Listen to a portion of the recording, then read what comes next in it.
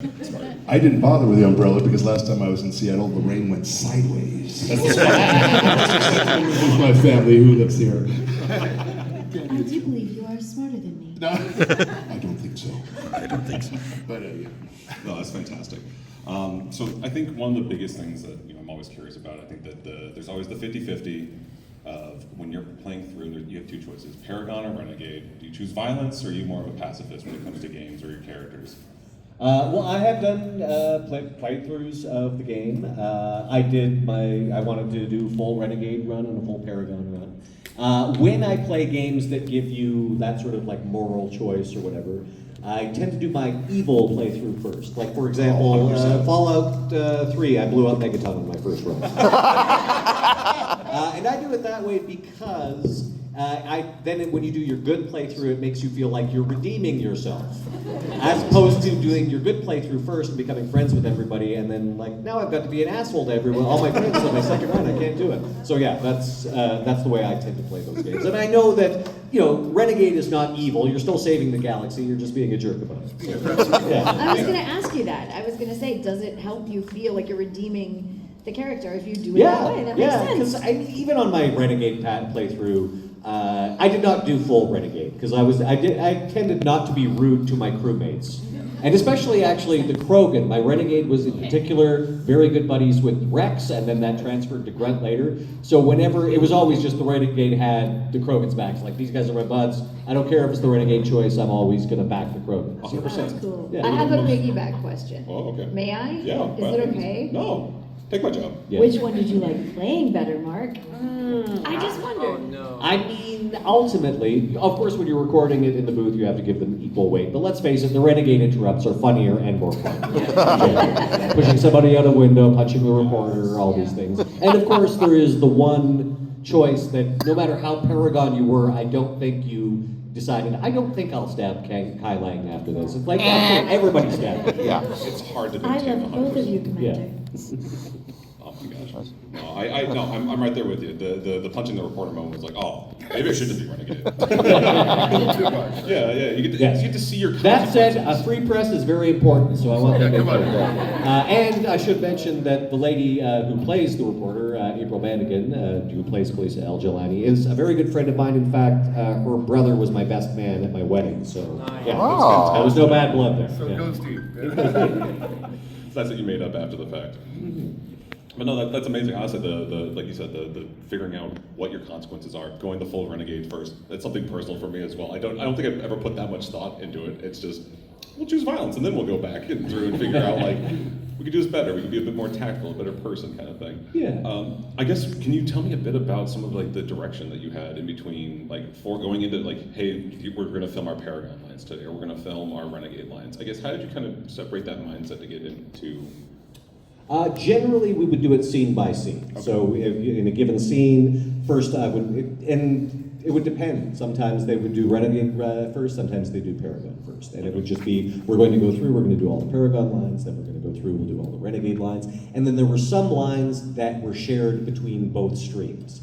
And that actually made it a bit of a balancing act because after we'd done, like, I think a few weeks of recording, I got called back in for some re-records, and they were like, yeah, so here's the thing. If you go too extreme on the Renegade or the Paragon lines, because very few people are going to be doing like a pure Paragon or pure Renegade, it will sound like you're having these wild mood swings of like, suddenly you're very angry on this line, and then, so we had to, we had to like go back and sort of essentially even it out between all of them so that these lines, yeah, exactly. So if I ever got a note after that, it was always like a little too much emotion on that. We got to like dial that back so that there's not too much disparity between them. And also just the fact that Shepard is a military officer used to giving orders under pressure. You're not going to see that much emotion. And very organically, they sort of loosened up on that as we moved through the series. So by the time we got to the third one, Shepard's been through the ringer at this point, so you even the most hardened individual, you're going to see cracks in the armor at that point. Oh, so they loosened up a little bit. Yeah. That it was. We're given more license to express a little more emotion. Yeah, where he's become more in charge of like everything as a whole. The N7 is what is saving the world more than like the system of Yes, the military in that exactly, sense. I guess like so. After we learned the council was useless. But no, that's fantastic. I guess like leading into those like kind of like more emotional scenes. Both of you also had mini scenes that you had to like dive deep into. Was there ones that kind of have stuck with you over the years as like the very like your character's like emotional scenes? Be it having to lean into being the villain, being the potential love interest. I guess for either of you, is there a memorable moment that kind of sticks out for you in that? Oh, I meant like sorry, I'm terrible with names. I'm so sorry. Allie and Fred, yeah, both of you. I mean, there's so many memorable scenes, my God, after recording that many games and being just in the moments. But of course, what no one, wanted to discuss was the first ending where, at the end of the day, unfortunately, we had to lose people, and that was the saddest thing on the planet. And I remember being in the studio when we were just going through those final scenes, and there was no way we couldn't cry. And then, I'm hearing, because we record on a system, a lot of you might have already heard this, but we record on a system called Beta for BioWare, where we actually got to hear each other in the cans, in the headsets, and talk back to the lines. So usually the Shepards would record first, and then we would all come in, and I would get to hear, they would say, okay, Allie, we're gonna do playback, with Mark, and then you just go after his lines. So I would hear Mark say something like, I should go. and then I got to answer, to that. Yes, you should, Commander. Just kidding, she never said that. But that was really cool to have those moments at the end and throughout the game when there were more intimate scenes by the artists, and the scenes at the end, of course, that were more, tear-jerking, where we're losing people, and just to be able to actually talk to each other, because most video games, it's just line by line by line. Okay, give me an A and a B of that line. Give me an A and a B of that line. You don't hear the people. So they'd be like, okay, we're gonna play him, and I'm actually talking to him. Yeah, it's much better than doing it into a vacuum. Like Exactly. we are used to doing that, and we that's just the nature of the beast. But this system that BioWare had was so great. Both Jennifer and I have talked about Keith David's spoilers death scene as Anderson. I was trying not to do spoilers. I'm like, oh. It's been out for a while. This game. Yeah, I know we can talk about Even the it. Legendary Edition is like 6 years old at this point. But We can talk, right? Yeah. I don't want to... But that scene in particular, having Keith David, because Keith had already done his bit, so we both had Keith David's performance in our headsets when we were doing it. I'm a huge fan of his as well, so that was a very emotional time. We both talked about how we cried during that scene. Often we don't know what the scene is going to be before we get there. They don't give us scripts ahead of time because of secrecy and whatnot.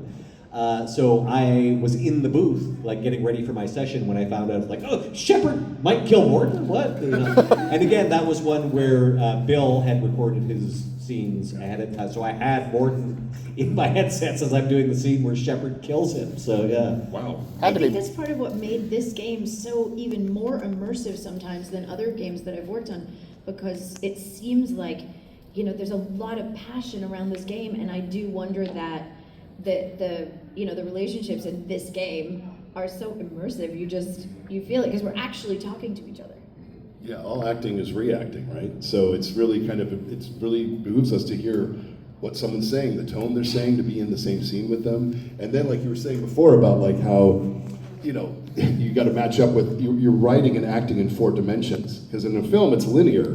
But, that line has to match up with line 70 over here if the player does something. So trying to make those transitions, it's really important to hear what's happening. And of course, we are relying completely on our directors to give us context and whatnot, because especially when we're going back and doing re-records, it's just like, okay, if you'll remember, this was the mission where, and then they would put us back in that and let us know what point in the story we're doing it, because this was not necessarily all done chronologically. It was like, okay, we're doing this scene, now we're doing this scene. Oh, remember that scene we did 3 weeks ago? They rewrote it, so here's the new ending. Yeah, so It sounds like a scheduling nightmare, but like it paid off. again, we didn't have to keep that in our heads. Our directors did, and they were the ones that They got really this. are. Your directors really is the core.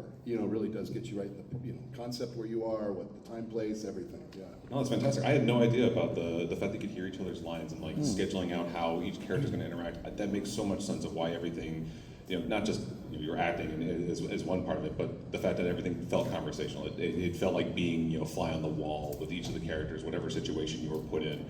It's what kind of led that game and what really leads that early passion for everything. I guess one thing I'm always curious about with voice acting is, I guess, for everyone on the panel here, how, I guess, were there, do you have any key inspirations and advice for those kind of looking to get started in voice acting themselves?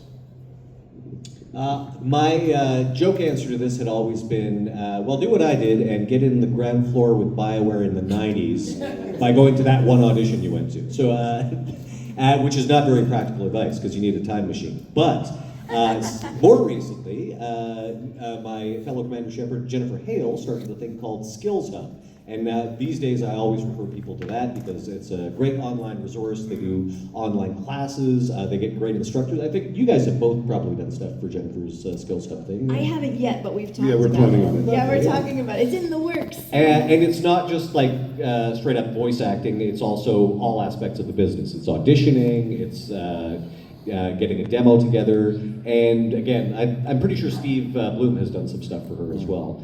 And so great advice at your fingertips. And if you just go to any of Jennifer's socials, and she posts about it all the time, so you'll be able to find links. Also check out Dee Badley Baker's website. I Want to Be a Voice Actor is really good. Tara Platt and Yuri Lowenthal wrote a book about it too. It's really great. The main thing I tell people is just do theater, act. Main thing, voice acting is acting. So just whether you want to be on camera or on stage or mocap or on a microphone, just learn your acting. Improv is a really great skill. So we have improvisationals here. Singing, anything you do, think of it as an instrument, and also you're an actor. So, and keep practicing. Take the classes, learn what an actor needs to build a character. Who, what, where, what do they want? What is their intelligence factor? What's their ultimate goal? And then practice. Think of it like you're practicing playing guitar. Just record yourself a lot and hear how your own voice is and how you print, how your voice prints, and try different voices. Try something that's the opposite of you, Yeah, I think we're all on the same page on this stage, and all the people that we mentioned who teach such incredible online classes, and the fact that you have access to them, wow. Yeah, that's so cool. But I think what you'll hear from most of us is to be an actor first.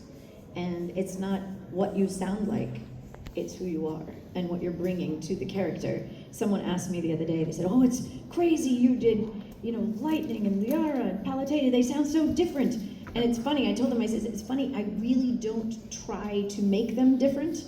I just, I see the rendering of the drawing of the character, I get the direction from the director, we work through, as we all do it, to find the voice that just feels like the right fit. A lot of times we'll start recording several lines and then we'll stop and we'll go back and record the first few lines again.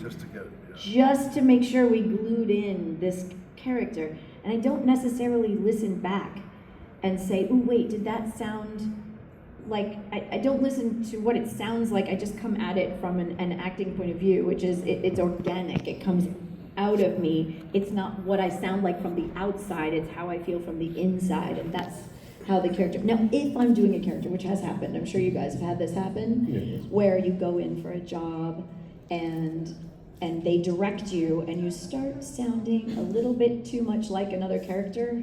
Have you ever had that happen? Yeah, I had that happen.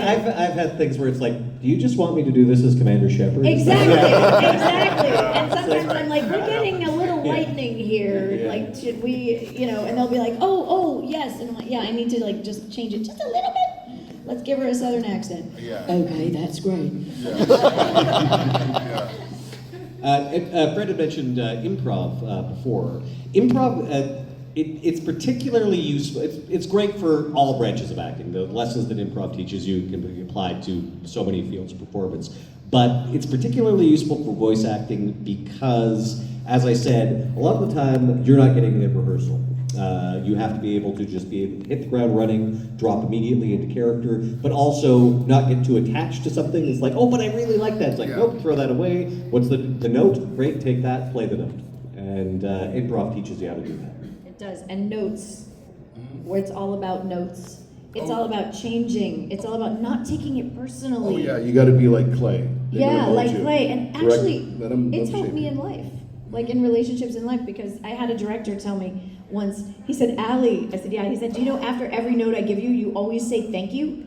And I said, well, I'm grateful. You're making my performance better. And he was like, you're one of the only actors I have that always says thank you. He's like, you just thank me and you just keep going. And I feel like that's a good life lesson It too. is a great life lesson, because when I started, I was like, oh, sorry.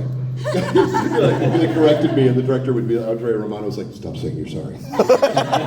Well, I made that choice because we don't care. We don't care. Just go with it. Keep rolling, you know. Because they're there, you already got the job. They just want you to get to, you're fine. It takes a village, you know. You have writers, you have a director, you have a creative team, you have an artist, you know, and we're the actors, and we got to work together. One character is many people, actually. I should say thank you when I get a note, because I just go, huh. Yeah, you think No, I don't. That's a good way to get fired. I think Yeah. I don't think Just say about no. it. I think it's become just my huh. Yeah. You know, you might go huh, and I'm just like, thank you. You know, I Thanks for just that. like, I don't know. I think, actually, I usually go, gotcha. Gotcha, Yeah. gotcha, yeah, because Gotcha. you internalize it. It's just so fast that, and that's why I said it's a good lesson for life. You don't have time to take it personally, that, oh, I didn't do it right. No, Oh. just go, just keep Just going. go, just keep going. Ah, that's the note? Aim and shoot. Oh, got it, thank you. Yeah. And just keep going. And sometimes in life, you know, it's harder with my husband, but I try. Thank you, yes, thank you. I'll pick up my socks. Yep, gotcha, thank you. Gotcha. Yours down Well, now, too. Sarem, give him a call. Well, no, we can open up to some fan questions. So if I can get everyone to, if who's interested, we can have you stand up, line up. That's it. Do we have enough play? There was a lot of it wound up before. I think it'll be all There right. we go.